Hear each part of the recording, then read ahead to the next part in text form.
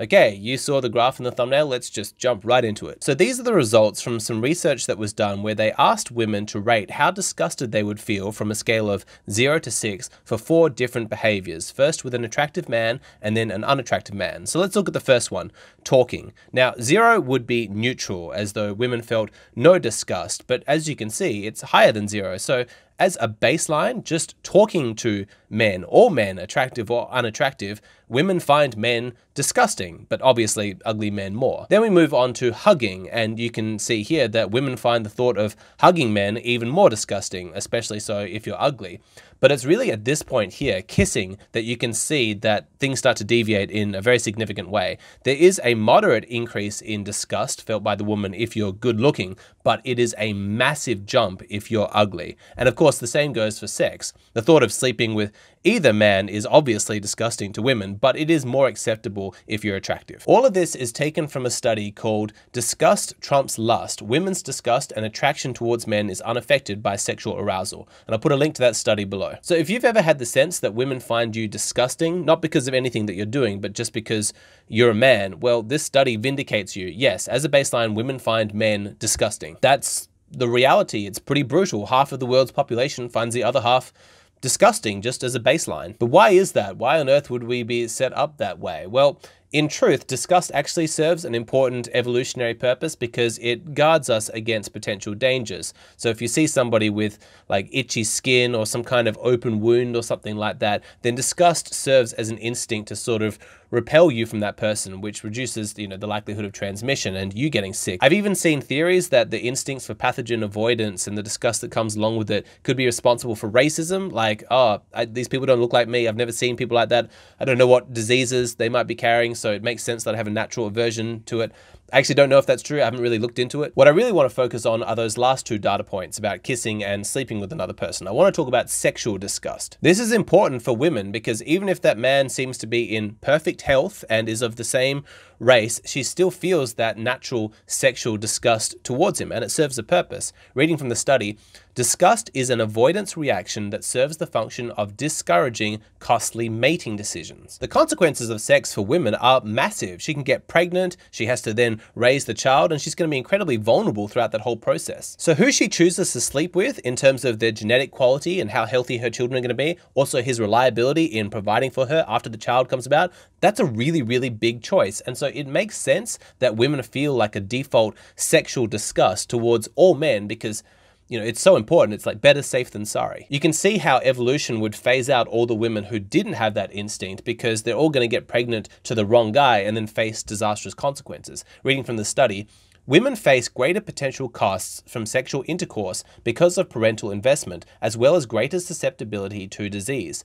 Hence, they favor a sexual strategy that involves mating inside long-term committed relationships with partners whose traits they have carefully examined. So the stereotype is essentially true. At a biological level, women prefer to have sex within committed relationships, whereas for men, they have a much greater tolerance for casual sex, which also makes sense why men feel less disgust at women because then it facilitates that greater likelihood to engage in casual sex. So reading from the study, women on average have a higher disgust sensitivity and propensity than men.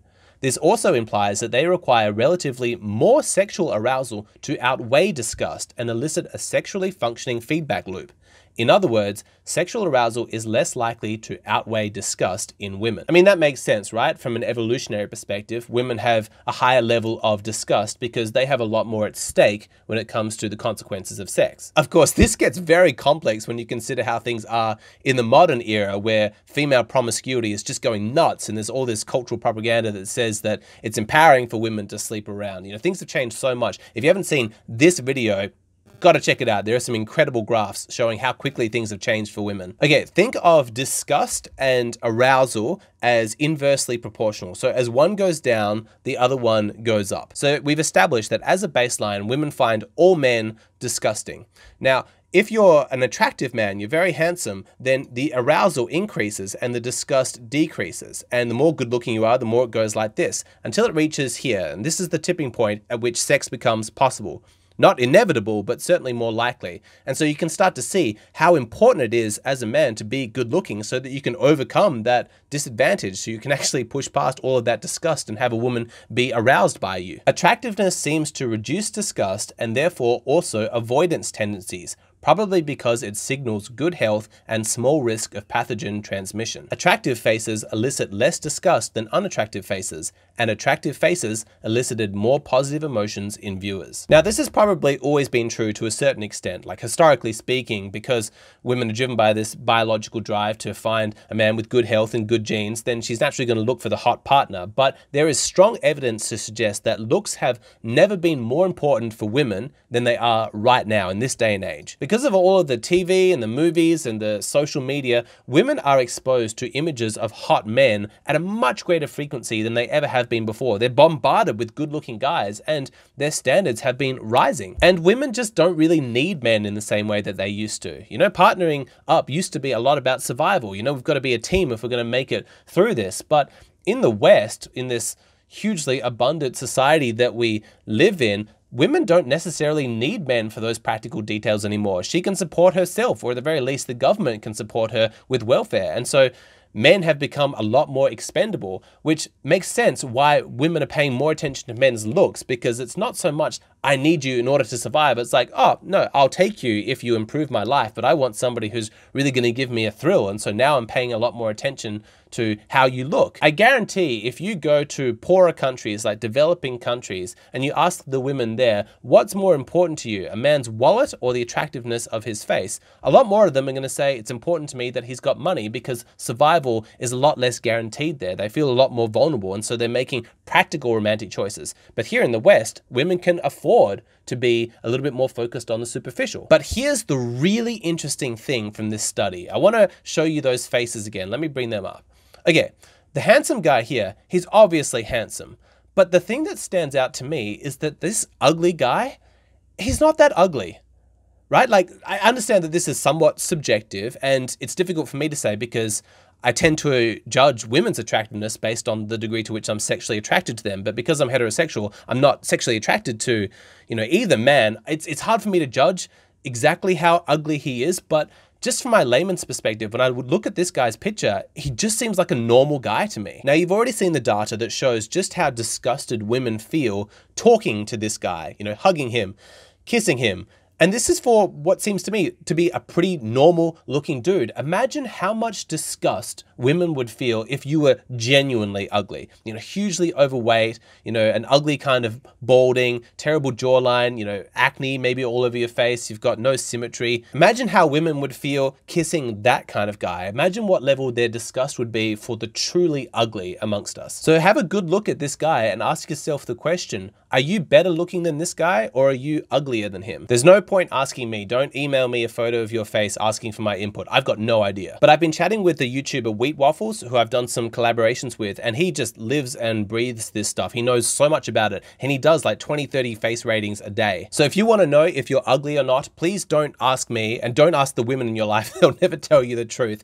I'm going to redirect you to Wheat Waffles' Fiverr service so you can get a proper face rating from him. I've set myself up with an affiliate link. I'll put it in the description box. As a reference, he rated my face as a 5 out of 10.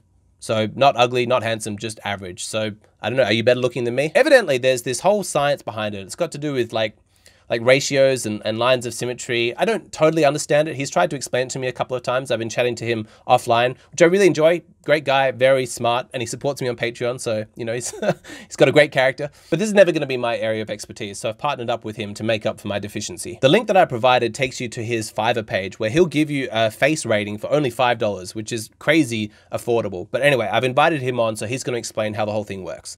Thank you for having me on your channel again, Alexander, and giving me this opportunity.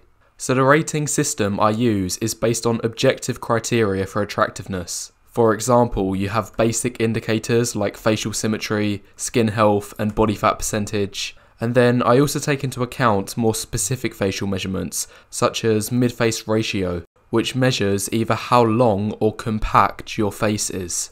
Anyway, a couple other key points of this service is it's 100% private and confidential. All images are kept only between me and you, the client. I do my very best to stay objective. I keep things honest and don't inflate ratings to avoid hurting feelings. And lastly, as of today, I've almost completed 3,000 ratings, which has given me enough data to produce this chart that plots the percentage of guys who received each rating. So to wrap up, I'd like to thank Alexander for this opportunity again, and if this has interested you, it'd be a pleasure to see you on my Fiverr page. So yeah, that's available for you. I understand some of you probably don't care at all, but if you're curious, hey, for $5, I think it's pretty interesting. But letting everybody know from now on, if you're contacting me asking if you're attractive or not, I'm just going to be redirecting you to him and his services because he's way better at it than anything I could provide. So yep, it's $5. There's a link down below. It's an affiliate link, so any money you give him is also, some of it's coming to me. So you're also financially supporting the channel. Who do you think knows more about women? The guy who has slept around a lot and had lots of casual relationships with women, or the guy who's only been with one woman his entire life, but that particular relationship is extremely deep? This is the question that I'm answering in my latest Patreon video, and I give the pros and cons, the strengths and weaknesses of both, and kind of come up with my own unique answer. If you want to see that video, then please come and sign up at my Patreon page. I'd love to have you over there. It's only a $5 a month subscription. You get instant access to that video, plus all the other videos in my back catalog. It's a great way of supporting the creator. We have an amazing community over there. I'd love to see you over there so that you can be a part of it.